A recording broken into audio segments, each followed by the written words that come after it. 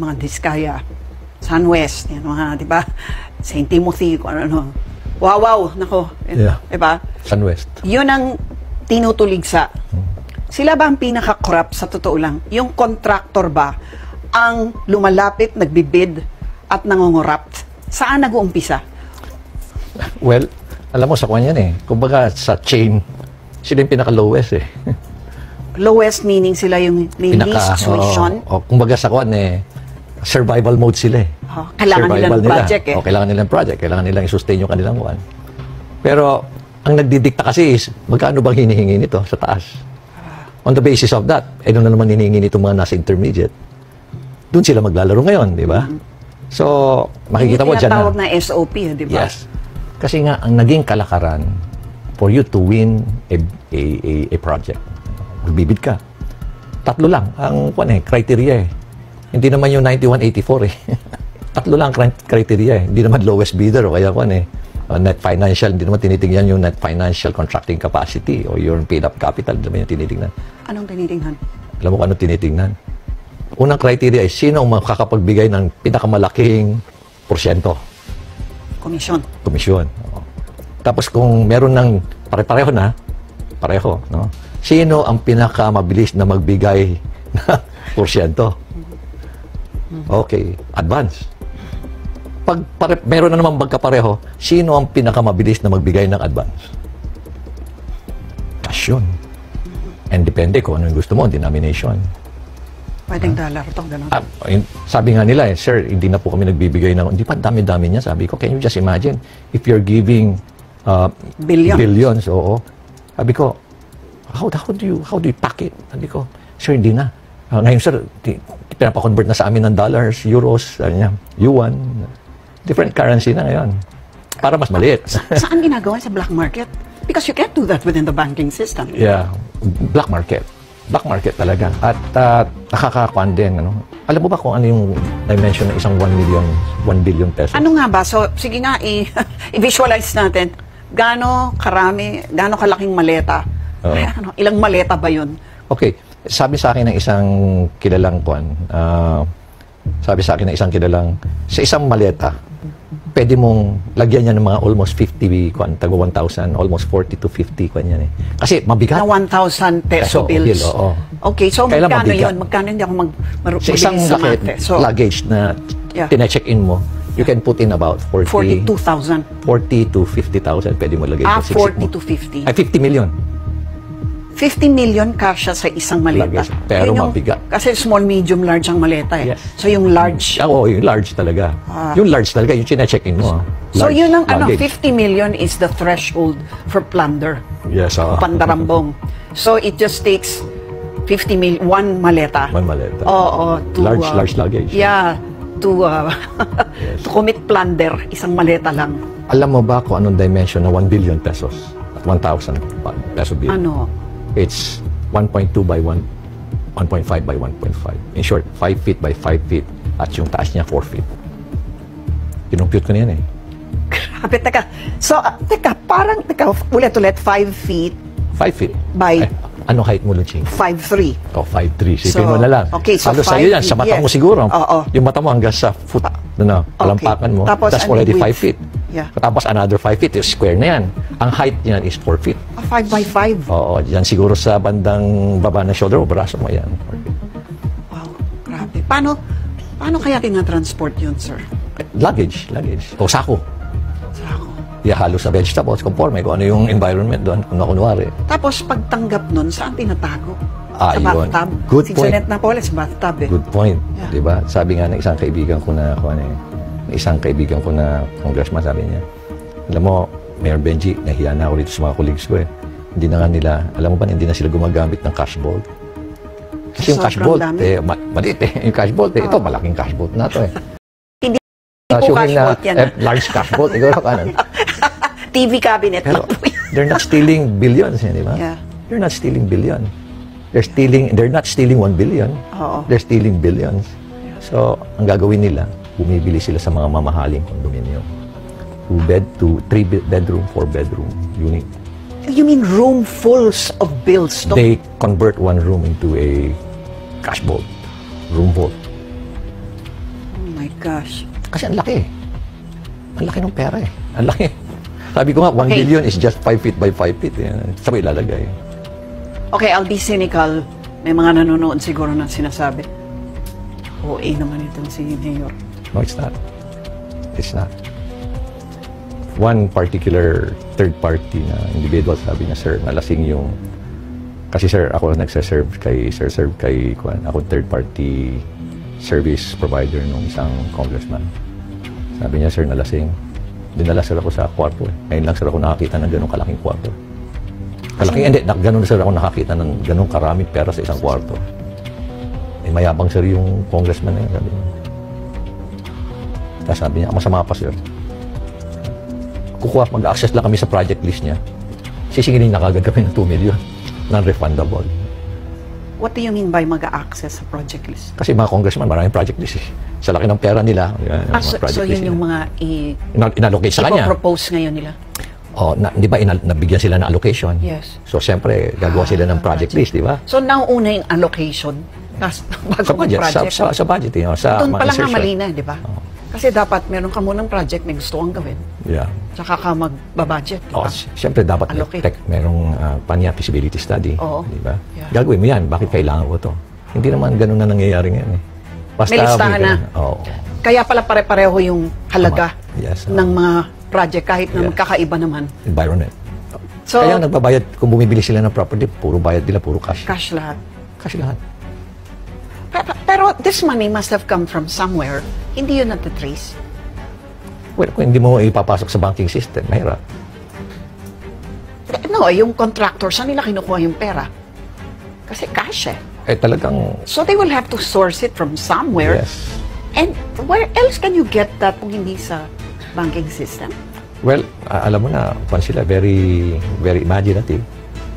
They have a way of doing it. They have a way of doing it. Can you just imagine? Very common yun, yung nahuli, yung pinahuli ni Congressman Lebiste. Very common yun.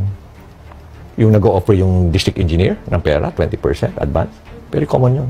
Okay, so that brings me to my next question, sir. So, ang pinaka-corrupt yung nasa taas. Ilan ang mga... kumbaga, so sila yung godfather, kung mafia to. Ilan kaya ang mga konsigliere? Marami. Alam mo, maraming involved. Kaya nga, highly organized eh. It's a highly syndicated crime eh. Well, ang daming scheme. Patiligyan ako, meron na naman yan. Iba pa pala yan. Iba pa pala yan. Scheme, what do you mean? Ang daming klaseng scheme eh. Depende ko ano yung project. Let us say, for example, pwede yung, usually, yung kongresista, siya rin yung contractor. Di ba? Siya rin yung contractor. Na nangyari nga, nakikita natin. O kaya, siya yung contractor, kukuha na lang siya ng ibang contractor. Kunwari, front niya, bigyan na lang niya ng royalty, 3% ka na lang. Royalty mo, anyway, bigyan na lang kita ng, usually kasi pag humingi ka ng royalty, magdedemand yung may-ari ng mga 5%, 6%. Pero to, sasabihin ko, 3% lang, ibigay ko sa iyo. Pero ako nang bahala sa project. Pero bigyan na lang kita ng project mo. Bigyan kita ng multipurpose para at least may kikitain ka ulit. Multipurpose? Kasi favorite din yan, multipurpose hall. Yung barangay hall, multipurpose hall. Yung malalaki. Oh. Inumpisan ko yan sa Baguio eh. Yung alin? Yung multipurpose hall. Isa ako sa mga nauna dyan, sa mga Na malalaking. magpatayo? Hindi ka naman siguro nangupit. No? Ay, Joke bawal lang. yun. Bawal yun. Bawal sa Baguio. Kaya maraming pan sa Baguio kasi bawal. Ano yung mga pinaka-paborito nilang mga project na napakadaling magpatong? Una is flood control. Kasi puro ilalim ng lupa yan eh. Hindi nakikita. Nakikita. Pangalawa yung asphalt overlay. Yan. Not really in order asphalt overlay kasi let us say yung isang asphalt yung stoppage ilang millimeter yan eh. Oo. Ang kapal eh. Pero hindi nila pipisunin gaano. Para makapal yan. Kasi pag pinisyon mo yan, lalagay ka naman eh, ilang kilometers yan. So hindi nila lalagyan yan. Kaya makita mo pag umulan, wala, butak-butas na naman. So ano to, race to being substandard eh? Yes, o ganun. Tapos makikita mo na pati yung width, hindi pare-pareho. Eh mandadaya lang sila ng mga 10 meters, hindi mo mahalata eh. Tapos maya-maya, nandadaya sila. Another is yung road opening. To nowhere? Oo. Road to nowhere, yung sa parang amin, sa inyo. road to nowhere yun. Magbubukas ka ng kalsada ng gano'n. Kasi pwede mong sabihin na, let us say, ang tatanggalin lang talaga is 10,000 cubic meters. Palalabasin nila na 100,000 cubic meters ang tinanggal. Anyway, mag-i-inspect naman aabutan lang nila yun Yeah. Kasi yung mga yan, mga gaano ang halaga. I mean, Yes. kunyari, road opening, mga ilang milyon yan, ilang daang milyon yan. Ang ginagawa nila, dahil yung paborito ng kongresista, talagang sila may hawak talaga yung district engineer. Oo. So yung district engineer, ang range kasi noon na authority noon is 150 million, di ba? And below. So ang gagawin nila, ililimit lang nila ng mga 130, 120 million para nandun pa lang yung pondo. Pasok pa rin. Tapos imumulti-year nila ngayon. Next year. At paki-explain nga yun. So, ano yung limit na 150 million Sa- for the district engineer? Sa district engineer ng DPWH, ang limit lang niya na may authority Project. siya supervise ng project is 150 million. So, over and above 150 million. Regional. Regional na. Oo, Hindi na hanggang nila. alam ko, mga Hindi na nila 400 project million. yun. Hindi na project ni Congressman 400. yun. Oo. Hindi Siguro rin. Conforme rin. Pwede rin regional. Congressman pa rin na may project. Pwede pa rin. Oo naman. Tapos, pag ano yung regional, ano naman ang limit nun? Anong 400 million. Okay, 400 million. Tapos, above Central the na yun. regional. Central na. Sino naman yung mga tao sa sentro, yung mga pwedeng kumubra dyan? Ay, mga USEC. USEC level Oo, na. may USEC nga dyan. Yun ang trabaho niya talaga, kumobra Siya na rin ang nagdi-deliver. Wow, grabe. So talaga Congress, through the district engineers, Yes. tapos pagka Region, regional, oo. district engineer din na regional level. Regional director. Regional director na pala. Yeah. Tapos, after that, pag mas mataas pa, Doon na sa central office. na, meaning, central office ng DPWH. Yes. USEC level na to. Ilang USEC. yun? Ilang USEC yan? Nabanggit sa akin, may ilan sila doon Ilan sila doon na involved dyan sa syndicated Okay. crime nila Okay, yeah. Meron nga dyan, ang trabaho niya, mangolekta lang Alam naman nila kung sino. So, okay. Alam naman nila kung sino. Nagkukunwari na lang yung iba na wala silang kaalam-alam. Alam nila kung sino. Alam mo, pagkausap mo na sila masinsinan, alam nila kung sino. Alam din nila kung ano yung MO. Inside DPWH, alam nila yung alam nila yung kalakaran. Alam nila yung kalakaran. Okay, I don't wanna ask this question, but it's the logical question to ask. So, alam ni Secretary Bonoan? Ay, posible hindi mo malalaman. Ano na lang, ikaw ang head ng department, ikaw ang manager, ikaw ang leader. Hindi By mo alam. alam, I mean, kilala niya. Ay, oo, kilala niya. Pero anong magagawa? Palagay ko Yeah. personally sa akin, tatanungin mo ako, you're a leader, hindi mo alam kung ano nangyayari sa opisina mo. Napaka-imposible yun. Alam mo, something is happening, alam mo. Ako nga, noong 2023, nagdala pa nga ako ng makapal na document sa kanya. Ito yung ginagawa ng district engineer nyo, Mr. Secretary. Binigay ko sa kanila That's puro substandard. Nag-file na ako ng kaso ito. Wala rin nangyari. Sa totoo lang, walang nangyari. Doon ako na-frustrate Sabi ko, ni-raise ko na yung issue sa inyo, tapos wala pa.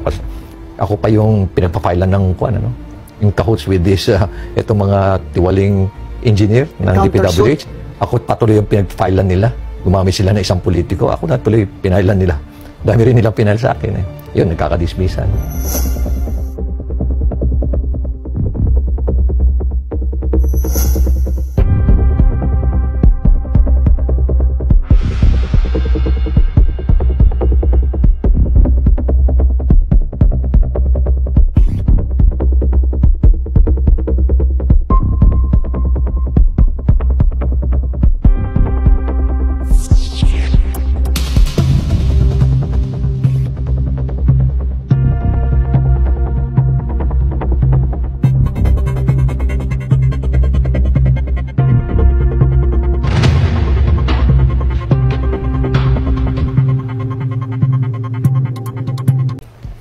Kung kayo ang DPWH Secretary na nachichismis na baka raw nga kayo ang i-appoint, no? Pero dininay nyo na yan, napanood ko Yeah, So, I don't qualify. I don't qualify. Pero assuming you were the leader of DPWH and alam nyo na nangyayari to at kilala nyo, ano ba ang pwede niyang gawin? Kasi hindi ka naman pwedeng basta-basta na lang magtanggal ng tao, mag-memo, may due process Yeah. Meron kasi civil service and security of tenure sa Exactly. government. Well, first thing is you have to conduct an investigation to justify your actions. At doon sa investigation naman marami ka na makikitang ebidensya. Nag-conduct na ako ng investigation. kayo pa hepe ng CIDG to, no? Oh. So, Makikita mo yan. Hindi nila maitatago yan. Makikita mo kaagad yan. Lalo-lalo ngayon na they are now very complacent. They're very complacent. Kaya nga, kita mo, nagtataguan sila ng mga dokumento. Alam mo ba na ilang beses ako nagre-request ng dokumento sa DPWH? Walang binibigay sa amin. Sabi mo nga. Tapos pagpatawag namin sila for a hearing sa City Council, hindi sila harap. Ay, binanggit ko yan kay Presidente. Binanggit ko yan. They have their own republic. They don't care. Ganun na sila ka-daring, ka-brazen. Nakugulat nga ako na, ito, gumagawa kayo ng project dito sa locality namin na wala man lang kayong katok, wala kayong public engagement, wala kayong engagement sa local government. Dahil iisa lang ang sinusundan nyo, yung kongresista lang. And this na sentiment na sa Baguio. This is ikaw, narinig nga ni Presidente doon sa isang mayor doon sa Benguet. Dinig na dinig niya. Sabi ko, kung naman yun, hindi naman, hindi na, nag-complain din yung mayor na wala talagang konsultahan. Nagugulat na lang na nagkakaroon ng project sa lugar nila. I am also the former Secretary General ng League of Cities. Kung talaga, common sentiment. Common sentiment. Ganun din yung Mayor's Food Good Governance. Walang konsultasyon, wala lahat. Nagugulat na lang kami na, kaninong project yan? Tapos, saan galing ang pondo? Ang sagot ba naman pera ni Kong. Ganun lang. Pera ni Kong. Yun ba yung, ayun din ang mali sa sa Pilipino. Feeling nila, pera ni Gob, pera ni Mayor, pera ni Kong. Diyos ko, pera ng taong bayan yan. Yung mga taxes na binayaran ninyo. Hindi na ba kayo natututo? Kaya kumisan itong pag-iisip ng mga kapwa natin Pilipino, baluktot din Kailangan baguhin na rin You were talking about maraming schemes. Yes. Okay. So, ano pa yung mga ibang schemes para kumita sila at a LGU level? Ano pa yung mga ibang paraan sana na pwede kayong ma-involve na sa puwera rin kayo? Ito mga cash assistance program. Yan. Yan yung laman ng budget ng 2025, yung mga ayuda na yan. Yeah. Alam mo ba na, Lucy, na halos hindi nagamit ng mga politiko yung ninakaw nila? Ano ibig sabihin? Yung ninakaw nila, halos hindi nagamit. Napunta sa kanila yung budget para sa Unlike ayuda. in the past na, hindi ba, magnanakaw sila para may magamit sila sa election, di ba? Oh. Ito, yung ninakaw nila, halos hindi nila nagamit sa election. Ha? Binulsa na lang? Buo yun. Ibig ko sabihin, kunti lang nagastos nila. No? Kasi, nakagawa sila ng election fund Di ba yung mga AIX, AKAP, di ba, TUPAD, MAIP. What Solo do you mean? nila yun. Talagang in-insert nila yun, ginawa nila yun para lang... Ay, walang kaduda-duda yun. Nakita namin yun sa local level yun na walang transparency sa beneficiaries. Hindi Wala binigay yun. Binigay yun. Kaya lang, instead na yung pera, di ba? Pag mag-vote buying ka, yung ninakaw mong pera, yun ay, yung pera mo, personal money mo, yun ay bibigay mo, di ba? Sa Correct. mga tao. So kahit pa paano may pakinabang yung mga... Diba? Pero dito, di ba nakakuha sila ng special releases na AKAP. Katulad yan, di ba? Every time na sumama ka kay when you go out, sama ka doon sa mga sorties niya, di ba? When they were promoting yung bagong Pilipinas. Bawat kongresista nun, get 777, 7 million AKAP, 7 million TUPAD, 7 million MAIP. That's 21 million. Kung naka-4 na beses ka sumama sa kanya, that's 84 million pesos. In the form of AKAP yan, lahat yan. Na hindi naman naibigay nung campaign. Hindi. Itong pera na to, yan ang ginamit nila. Pinalabas nila na parang akala mo pera nila yan. So yan ang binibigay nila, 5,000, 5,000. So nagamit Sa yun? TUPAD, nagamit yun, pero lumabas na, yun ang pinang-vote buying nila.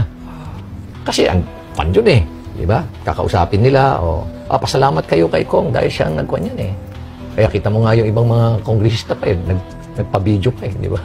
Pa-video pa, dahil kay may AKAP, dahil kay diba? Nakita mo yun, yung kongresista na yun, diba? Ilan sila na gano'n, diba? Yung na ginamit nila, kaya ang election fund yan Alam mo ba na they're not even willing to share. They were not.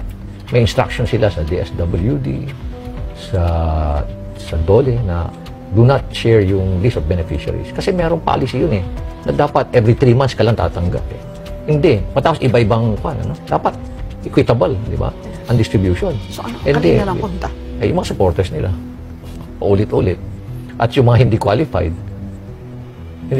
kunyari mga teachers, bibigyan. Pati yung mga leaders. Kasi dapat poorest of the poor yung mga yun, dapat yun. Tapos, akala mo yung AKAP. Walang kwan yun. Alam mo ba na ang AKAP walang maayos na kwan yun? Accountability doon. Walang maayos na accounting yun. Walang programa yun. Unlike yung 4P na fund. Yes. Yun, meron yun. May ikwan yun eh. May requirements. Merong requirement. At the same time, may assessment yun, evaluation yan. Tapos meron talagang monitoring system. Right. Anong nangyari na rito? Nag-graduate ba siya? Yes. Bakit? Nag-aral ba yung anak mo? Baka ginamit mo lang sa mahjong or sa... Ay, matindi. Diba? Kasi nag-meet kami doon eh. Yes. Regular ang meeting doon. Tinitingnan sino nag-graduate. Anong impact? Pero itong mga wala. IX, mga AKAP, Wala. as in, arbitrary, kahit kanino? Hindi nga arbitrary. Mabuti pa arbitrary, baka very pa mabigyan na talagang deserving. Yung qualified eh. Ito dito, listahan talaga eh, ng supporters. Tapos, walang sharing of one, walang transparency. Sino ang nabigyan? Wala. Kami nga sa city, okay, bigay namin. We're willing. LGU, we're willing to share our list. Nasa yung listahan nyo, wag. Ang instruction, ang instruction eh, wag. Kaya nga, kung minsan, na-frustrate yung DSWD. They want it to be transparent, pero may instruction eh, na wag eh. Ginamit sila eh. Kaya nga nalomora lang, alam mo, one of the very professional na departments ng DSWD. Talagang, sila talaga yun.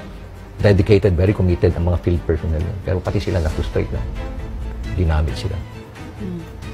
At yung ibang regional director naman, nagpagamit din. Okay, pero sabi ni Richard Gomez, I'm sure you know, na tinira ka ni Congressman Goma na ayusin mo muna yung bago ka mag-akusa ng mga kongresista. And I'm sure he's just one of many critics judging you by your own performance in government. Anong sagot mo sa kanila? Una siguro, there must be a compelling reason bakit niya bigla siyang naglabas nun eh. Kasi kaibigan ko siya eh. So, ba't niya kaya nila? Honorary member pa siya namin ng klase. Tinawagan lang niya sana ako, Mista, pwede ba ang kwan? Mista, tawagan namin eh, classmate. Yes. Nag-uusap naman kami. Kaya hindi ko alam eh, why. And, but we're still giving him a chance to present his side. Pangalawa, yung mga binanggit niya eh, air quality. Eh, meron kaming data eh, di ba? Smart city kami. Every day we collect data eh, from our sensors. In fact, naging pilot area pa nga kami, di ba? Nung dinevelop na air quality monitoring system na AIM, UP, at DOST. Makikita mo dun, improved quality dun, significant. Paano namin, ngayon, may traffic pa rin. Talagang sobra. Sasakyan, dahil ang dami umaakit sa Baguio. Pero at least gumagalaw. Hindi na nagkakaroon dati ng gridlock. Tapos yung sinasabi na waste management. Kami nga yung pilot area ngayon ng circular economy ng United Nations Development Program dahil nakikita nga nila yung pan namin, how innovative we are. Although hindi mo mabibiglayan because it's a program, kaya talagang kanya. May mga 3 portfolios kami dyan na ginagamit niya. So, may mga programa kami. Kaya nalulungkot ako bakit. And alam ko naman na kung sino yung nag-feed sa kanya eh. Obvious na obvious yun. Nag-feed sa kanya ng informasyon na yan. Halatang halata ko. Alam po kung ano yung identity niya. Kasi yan din ang ginawang mga paninira sa akin eh. Siguro intindihin na lang natin si Richard. Intindihin na lang natin siguro. Siguro meron siyang pinanggagalingan siguro. Meron siyang... Pero, well, he's not the only critic, no? Si Congressman Abante, hinahamon kang mag-name names. Huwag kang basta lang nagsasalita dyan at tinuturo mo mga lahat ng congressman. They feel offended that you always refer to congressmen as the one who took the money. Alam mo, ilang beses ko naman binanggit na marami tayong mga congressman dyan o congresswomen na talagang matitino. Napu-frustrate niya, they communicate with me. Sinasabi nila sa akin yung frustration nila. So, hindi mo nilalat? Hindi ko nilalat, ilang beses na yan. So, mga ilang percent sa kanila ang corrupt? Kung sinabi natin marami din. Kasi 300, di ba sila? 300 plus, right? Wag na lang natin banggitin yung percentage. Baka na naman gamitin na naman nila sa akin. Hindi na 40%. Bubulong ko na lang sa'yo. Pero, siguro, because we want to know how widespread it is. Eh, sabi nga we're not naming names, but diba? Makita mo nga, sinabi ni Senator Lacson, 67 ang certified na contractor dyan. He has his own source. So, 67 ba? Kunti lang. Out of, anong tawag natin sa 67? Yung pala yung certified contractors. Iba pa yung mga... Iba yung contractor na naging congressman. Kasi mukhang ang isa sa qualification ngayon para manalo kang congressman, kailangan contractor ka. Pangalawa is yung congressman ka na, saka nakita mo yung mga kapwa mo, congressman na contractor, masarap palang buhay. Naging contractor ka na rin. Iba pa rin yung kamag-anak mo, asawa mo, anak mo, pinsan mo, ang kontraktor. So, idagdag pa yun, ano? Kung kunwari na lang yun. Ako, edi sabihin na natin, okay, safely, majority. Hindi na ako magsasalita. Pero talagang frustrating. Frustrating. Kumbaga parang livelihood program. But sabi nga, balikan ko yung question na name names. I will be placed under oath. Eh, matagal ko na hinintay yung kanilang notice, wala pa rin dumarating. So, you're ready? Eh, ilang beses ko na sinabi nga na I will appear. Pero hindi ka tinatawag? Wala akong natatanggap. Hanggang ngayon? Yes, wala akong natatanggap na notice. And when I was asked in several occasions, in different interviews, lagi ko sinasabi na I will attend. Attend talaga ako. So, ayan, naririnig naman na nila. Attend talaga ako. Due respect sa kanila, attend talaga ako. Matanong lang kita dahil parang marami nga talaga ang Pinoy na nagsasabi na parang tamang papago rito, napaka-hopeless na nito. Eh, kayo nga mismo sa Movement of Good Governance where you're convener, di ba? Out of the 200 plus, 1,500 mayors, 200 plus lang yan tayo. Yung nag-join, di ba? Yeah. And nasabi mo nga dun sa interview with Jessica Soho na takot kasi na baka masarahan ng gripo. Yeah. Sinong magsasara ng gripo? Well, siguro yung mga congressman nila. Pag nalaman nila na sumama kayo kay Mayor Magalong, ay di wala kayong pondo. Eh, wala rin naman sila yung Tatakot nakukuha di ba? Sabi nyo, sa kalakaran ngayon, yung LGU halos wala naman nang magawa.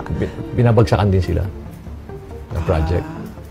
Okay. Binabagsakan So, din yung sila mga ng cooperative sa kanila. So, ang ibig sabihin, ang pondo hindi na ibibigay, except for the NTA na ibibigay sa kanila. NTA? Pero all other else, dadaan yan sa mga Ano yung lawmakers. NTA? National Tax Allocation. Yan Yung IRA. IRA. IRA dati. Yes. Pero naging National Tax NTA Allocation na. na. Nag-umpisa yan during the Garcia Mandanas ruling. NTA na tawag yan. Nakakahingi sila sa congressman. Kung baka pwedeng pondohan ito. Pag nalaman nilang nag-join sila sa mayor's good governance at yung congressman na yun, hindi naman align sa good governance principle, talagang mawala. Eh, meron nga isang probinsya dyan na wala eh. Maraming gustong mayor na sumama, pero sila mismo nagsasabi sa amin na baka mawalan kami ng gripo. Ay, 2 weeks sa gripo. Hindi mo na kami sasama, mayor, pero we support you. In spirit na lang sila. Yes. How do you also operationalize it so that graft and corruption is recognized as a major threat and will require major drastic action to address it? Is that even possible? It's possible. It's How? possible. How do you operationalize? Yun na naman yung Well, word. First is raising awareness. Di ba tayo aware? Di ba tayo aware sa corruption? Grabing alam na namin. Binulgar mo nga 40% eh. Sabihin ko sa iyo na, Juan, it's easily said than done. Last year, there was a survey. I think that was Pulse Asia or SWS. I think it's SWS. Hunger. When they did the survey in terms of what are the major urgent concerns of Filipinos, nasa number 9 lang ang corruption eh. Or was that 2 years ago? Corruption. Yeah. Number 9 lang, number 11. Doon lang naglalaro yan eh. Diba? Ano usually number 1? Ang number 1 lagi is inflation. Yes. Second is increase in workers' pay. Yeah. Peace and order. Diba? Wala yan eh. Pero nung March this year, bigla siyang nag-number 3. Diba? Nag-number 3 siya. Okay. First is inflation, then increase in workers' pay, and then corruption. So, to what do you attribute that? Ito, tuloy-tuloy yung ating awareness program at marami na rin nagsasalita. Sabi nga di ba, dito sa, nung inumpisahan ko to, sinabihan ako ni Senator Lacson. Alam mo, Benji, remember this, in the fight against corruption, when you look behind you, nobody's out there fighting with you. So don't get frustrated, sabi niya sa akin. And true enough, when I started this, yung aggressive na campaign 2 years ago, halos ko konti lang. Diba? I was even considered an outcast. Diba? Nagsisinungaling lang ako. Nobody, konti lang, naniwala, except for yung youth mayor of good governance, konti lang yan. Pero ngayon, tama nga yung sinabi ni Senator Lacson, don't get frustrated. Because eventually, pag nag-raise yung awareness, tumaas yung awareness, people will finally realize, oops, ito na, ang dami na. Pero napakalaking bagay yan. In fairness to the President, napakalaking bagay yung mahiya kayo, naman kayo na message niya. Talagang na-fast track lahat. Itong campaign against corruption. Talagang na-heighten siya. Tapos naliwanagan yung mga tao bigla na lang, boom, ganun na pala. Dati-rati sinasabi na natin yung billions ang ninanakaw, pero konti lang nakikinig. Konti lang nakikinig. Pero ngayon, nung nakikita na nila yung, ay talaga. Alam mo ba na every time I'm invited to speak and I show them numbers, dati-rati, if you talk only about corruption in its general sense, okay lang, parang walang, ganun. After that, papalakpakan ka, tatayuan ka. Pero, yung, nabivisualize ba nila? Hindi ba siya? Pero once, kaya nga yung mga presentation ko, nakita nyo, may numbers lahat, di ba? And how do I relate it to, how much is 237 billion? Ano magagawa ng 237 billion? Yes. Explain ko lahat yan. In layman's term. Alam mo, yung mga tao na maski ng mga general, mga businessmen, naluluha sila after my speech. Niyayakap nila ako. Naluluha sila dahil they felt so hopeless and helpless at nanggigigil sila sa galit. Kaya sila naluluha. Theoretically, if we were to have an honest leader, honest Congress, you know, sabihin na natin, 75% honest government officials, okay? How many generations will it take to get us back on the honest track? Yung talagang, diba? Good question. Ano? I was talking to several well-known finance experts. And talagang well-established yung kanilang reputation when it comes to good governance. One is Sir Jess Stanislaw. Yes. Ang sabi niya, alam mo, Benji, probably kailangan 2 generation na maayos na presidente. 2 generation? Ay, 2 term. 2 term. So that's na maayos. 12 years. 12 years. That's not too long. Yeah. Buhay pa siguro ako nun. Yeah. Pwede pang abutan, no? Yes. Oh. Kaya, But ang tanong lang is, how soon will we get that honest governance, no? Well, someone has to start it. Yeah.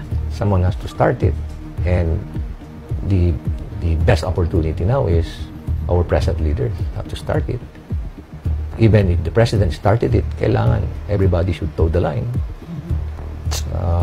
Kami sa local government, siya na-challenge na nga namin yan eh. Na tayo, nagpabaya tayo eh. Yung nga sinasabi ko, nagpabaya rin tayo eh. Sisihin natin yung sarili natin din. Di ba? Naging complacent tayo, pinabayaan natin dahil kalakaran. Masarap kasi ang pera. Ayaw di tayo umiimik. Kaya dapat, mabait pa nga si Presidente, sinabi niya, mahiya kayo eh. Kung ako tatanungin niyo, ako sasabihin ko, mahiya tayo. Mahiya tayo. Yan ang sinasabi ko sa mga sarili kong contemporary sa politics. Sasabihin ng mga kabataan ngayon na nagiging aware, no? Anong pwede nilang gawin? Sasabihin ng mga senior na katulad ko, na matagal nang alam yan, at naririnig ulit, at jaded na, mahirap nang maniwala. Ano bang pwede nating gawin together? Because it cannot just be the youth. They will have to have the benefit of the wisdom of the ones who came before them, di ba? But at the same time, the ones who came before them are tired and old and are feeling, well, hopeless. Anong pwedeng gawin? What inspiring words or deeds can be witnessed by us to spur us also into action? And really, what can we do apart from protest, which also we're tired of? Yes. You're right. Tama ka naman. Pagod na rin tayo lahat, di ba? Tapos kung minsan, pag nagpaplano tayo ng anti-corruption, biglang nababago yan eh. Kasi meron isang grupo rin na iibahin niya eh. Iibahin niya yung tema nung protest na yun eh. From corruption, nagiging political. That's right. So, not to turn off yung mga tao. Exactly. Instead na 40,000 na mag-aatin o 50,000 mag-aatin, dahil nag-take over kasi naging political na yung tema, wala, 3,000 lang. Walang impact yun. Sabi ko nga sa iyo, there's no short-term solution. We're looking at it from a very strategic perspective. Talagang long-term itong laban natin na ito. At kailangan sustain. At yung mga nakikipaglaban, kailangan consistent kayo. Kung good governance kayo, about ethical leadership, kailangan consistent. Ang problema naman kasi, yung iba, magaling lang magsalita sa umpisa. Okay, magpapakita sila na good governance sila, first term. Pagdating ng second term, towards the end of the second term, sandali muna, magra-rationalize na siya. Naghirap naman na ako for the past 4 years. Ako naman. Baka pwedeng kumurot naman ako ng konti, di ba? How have we remained this quiet for so long? Is it part of the culture that, di ba, na resilient tayo, okay lang? Damage na ba yung culture na pagka mag-anak natin, hindi natin nire-report? Yeah. Tsaka nakikinabang din tayo sa largest nila. I mean, is there something in the culture also that allows these thieves in government to get away with it? Well, alam mo siguro dahil doon sa we were colonized so many years, for centuries. Siguro, naging culture natin na subservient tayo eh. Classic case na lang. Di ba pagpasok sa isang convention hall, di ba? Tingnan mo yung mga puti, maski na kuhan, puti. Pagpunta doon, uupo sa harapan. Di ba? Wala. Tapos, maski na kumisan, pag nagkaroon ng discussion, pagpapakinggan mo yung kanilang mga sinasabi, kumisan, hindi ko maintindihan. Pero, confident sila. Nandun sila, upo sila sa harapan, magsasalita sila. Tingnan mo yung Pilipino, pagpunta saan upo? Sa likod. Doon pa lang, wala na kayong confidence sa sarili nyo. Tapos, every time na paupuin mo siya na, pwede pang i-occupy nyo yung front seat para mas maganda yung discussion natin. Tingin mo sila. Tingin pa. Mag-uutos pa ng iba. Kailan? Bakit di na lang siya pupunta na uupo sa front seat? Doon pala makikita mo talaga na subservient talaga. So you think that that's subservience and not humility as taught in the Bible? I mean, di ba? Don't take the seats of honor, sabi. Dapat may confidence, yung level of confidence dapat mataas. Tsaka yung parang pantay-pantay yung tingin. Yeah. Parang may inferiority complex. No? I think you said the word. Yeah. Exactly. Yun, meron tayong ganun, Pilipino. Lalo na pagka congressman to eh. Ganun tayo. Masyado tayong subservient sa authority na maski na mali nakikita natin, we don't question it. Siguro yun ang kailangan matutunan ng Pilipino. Dapat malakas ang loob natin na to challenge the status quo. So true. I love that. To challenge the status quo. Saan ba nanggagaling nga yung tapang mo dahil sundalo ka? Good question, ano? Ako kasi I was trained probably to always look at the bigger picture. And nakikita ko 10 years from now, if I'm not going to do anything about it now, ngayon na nasa position ako of influence, then finally makita ko na, kasi I always read yung what happened to Venezuela experience. Ayoko mangyari ito sa mga anak ko, sa mga apo ko. Ayoko mangyari ito sa kanila. Ano na lang yung hirap natin na ginagawa ngayon? Kung ganun din lang patutunguhan natin. So, sabi ko sa sarili ko, I need to do something about it. Maski na maliit. Maliit. But at least, 10 years from now, kung sakaling hindi man lang ako naging successful, at least I won't be experiencing yung tinatawag nating regret. Sabi nga nila, regret is probably one of the most painful emotions, human emotions. I don't want to experience that. Kahit pa paano masabi ko sa sarili ko, I did something, pero I lost. Kaya, we're not giving up. We are going to sustain the effort. Maski na it's extremely challenging and dangerous. Pero, we just simply have to do what we have to do.